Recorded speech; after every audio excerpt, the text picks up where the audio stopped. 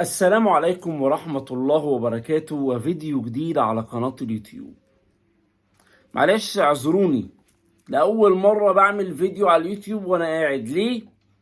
عشان الواحد تعب من كتر وقف القيد. من كتر وقف القيد الواحد تعب كل شوية. يعني يا جماعة احنا في الأسبوع بيتوقف القيد بتاعنا 600 مرة. عرفت الفيفا دلوقتي بقى. أظن احنا دلوقتي عرفنا الفيفا. أظن احنا دلوقتي عرفنا ايه هي الفيفا. ناس بيجي لها خطابات من فيفا بان هي فايزه ببطولات قاريه، وتهنئه من الفيفا بان هي فايزه ببطولات كبيره ونصف العالم، ومشاركه في كاس العالم للانديه، وانجازات كبيره. وناس بيجي لها خطابات من الفيفا بايقاف القيد وغرامه ماليه وقضيه مرفوعه. فرق كبير جدا جدا وشاسع. ومحمد عادل وقصة احتواء الزمالك اللي ما بتنتهيش، وفضيحة التسريب الصوتي للحكم محمد عادل مع حكم الفار ميدو سلامة في مباراة الدوري بين الزمالك والبنك الأهلي، والفرق ما بين الخطأ التحكيمي الغير متعمد والخطأ التحكيمي المتعمد، عشان الأمر ما يختلطش على الناس، عشان إعلام الزمالك بيستغل الحتة دي. السلام عليكم ورحمة الله وبركاته، والسلام عليكم ورحمة الله وبركاته، وفيديو جديد على قناة اليوتيوب. ومعاكم أكبر بائس محلي بطل السوبر الإفريقي 2024 على حساب النادي الأهلي، بطل نصف الكرة الأرضية راموس الغلابة. أتمنى كل اللي يشوف الفيديو يدعمه بلايك ويدعمه بشير، واللي مش مشترك في القناة يشترك عشان يوصل له كل جديد. ولو ما عملتش كل ده، على عيني وعلى راسي، منورني ومشرفني دايما. لكن أهم حاجة ما ننساش إخواتنا في فلسطين وسوريا ولبنان من الدعاء. ربنا ينصرهم ويأيدهم بنصره ويرحم شهدائهم ويشفي مرضاهم ويسدد رميهم، اللهم آمين. واخواتنا في السودان ربنا يزيح الغمة عنهم يا رب وعن الأمة العربية كلها. والدعاء لوالدي ولأموات المسلمين جميعا بالرحمة والمغفرة. ربنا يرحمه ويغفر لي ويجعله من أهل الجنة ويبدل سيئاته حسنات ويجعلني ذرية صالحة له يا رب، ويتقبل مني ومنا صالح الأعمال. يلا نبدأ حلقتنا. حلقة مثيرة، حلقة كلها زمالك. هيجي واحد مثلا يقول لي يا عم وانت ما بتتكلمش على الزمالك ليه؟ هقول لهم انا الحلقة دي مش هتكلم الا على الزمالك. هي دي الأخبار اللي طالعة عن الزمالك. هي دي يعني انا قلتها لك قبل كده. الزمالك بنكسب بطولة فنتكلم على فنفرح الفيديو، افرح بفوز البطولة. اجي اكمل بقى توابع البطولة واتكلم على الزمالك، الاقي بلاوي ظهرت بعد كده. لاعب فسخ عقده، مدرب هرب، ايقاف قيد جديد للزمالك، لاعب رافع قضية على الزمالك، مشاكل في اوضه اللبس، لعيبه اتحبست، لعيبه عملت مشكله، لاعب خد لقطه. هي دي التوابع. هي دي التوابع. عشان كده استمرارية الكلام بشكل كويس عن الزمالك مش موجودة، لان هو النادي مش مديك الفرصة انك تعمل كده اصلا. الا بقى اللي هيتغاضى عن مشاكل الزمالك ويقول لك احنا المفروض ندعم الزمالك في الوقت اللي زي ده. ايوه، يعني انا لما ادعم الزمالك القيد هيترفع يعني؟ انا مش فاهم، عايز افهمها.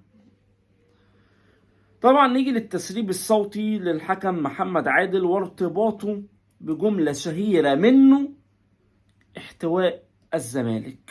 كان لازم احتوي اللعيبة. التفريغ الصوتي بين محمد عادل وميدو سلامة. محمد عادل ميدو سلامة بيقول لمحمد عادل تعالى بص على الكورة دي، في لمسة يد هنا. فالحكم محمد عادل قال له يا راجل دي الكرة مرتدة من الأرض لإيده، الله يخرب بيتك. صعبة قوي دي. مرتدة من الأرض لإيده، الله يخرب بيتك. صعبة قوي دي، صعبة نحسبها. هنقول ايه للناس؟ أما له طب خد الزاوية دي. له خلاص، تحس ان في اصرار ان هي تتحسب.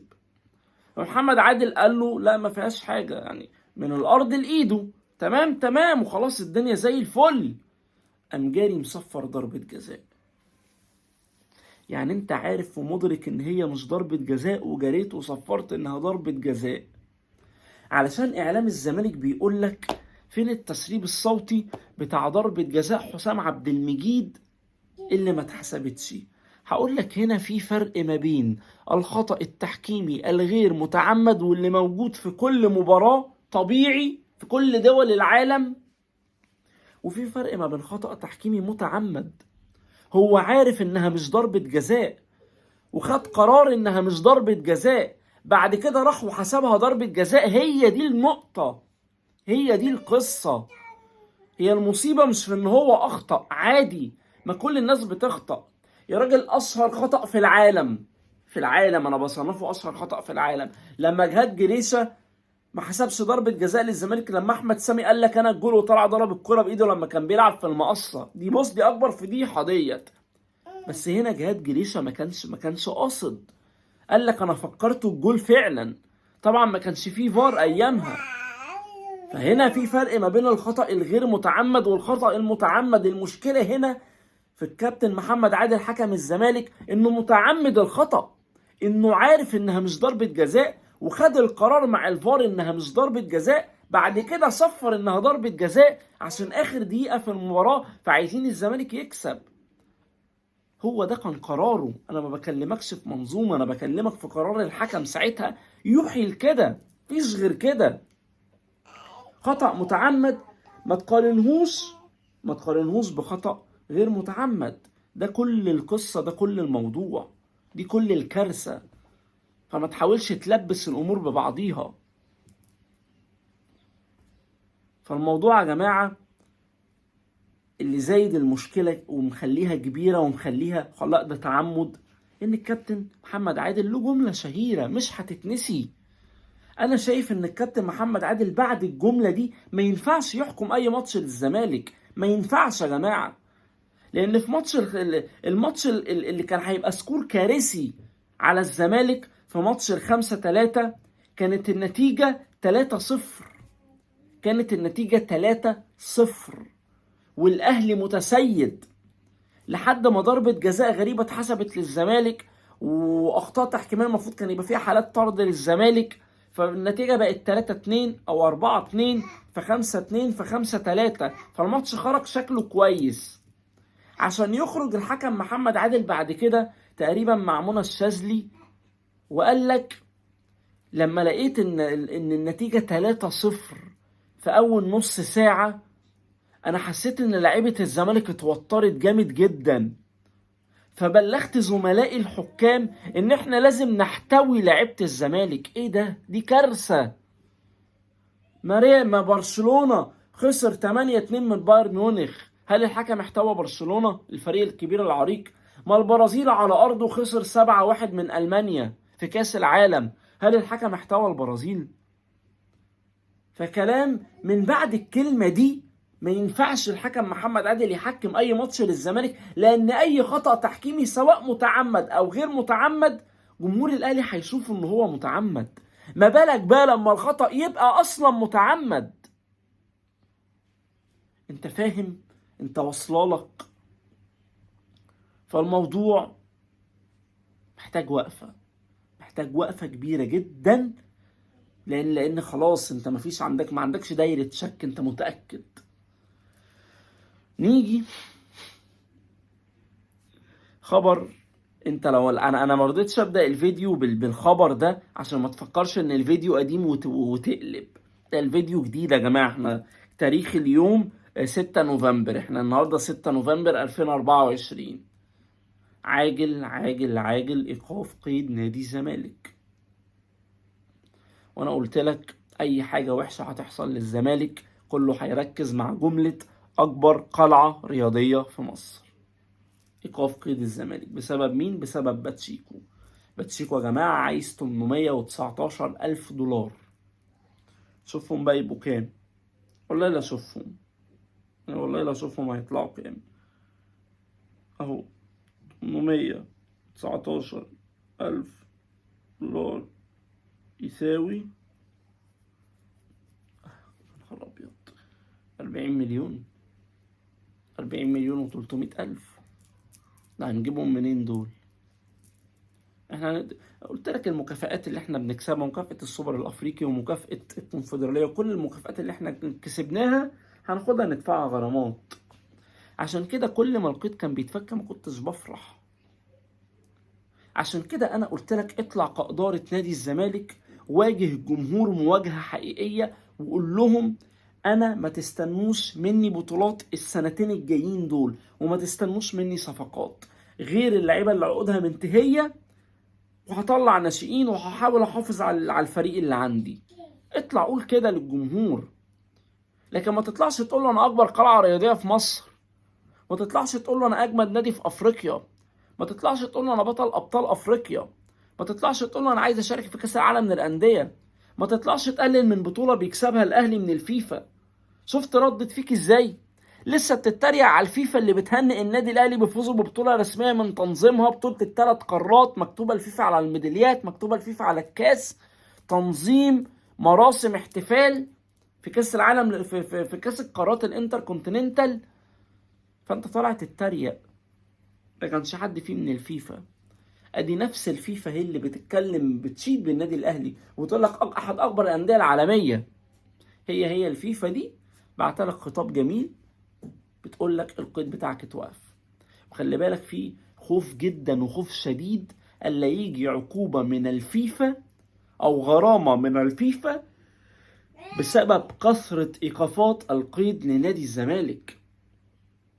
زي ما اتحاد الكرة المصري يتبلغ ان اسوأ نادي سيء السمعة هو الاسماعيلي، خلاص الفيفا بيحذر اللعيبة من الانتقال اليه لانه اصبح نادي سيء السمعة.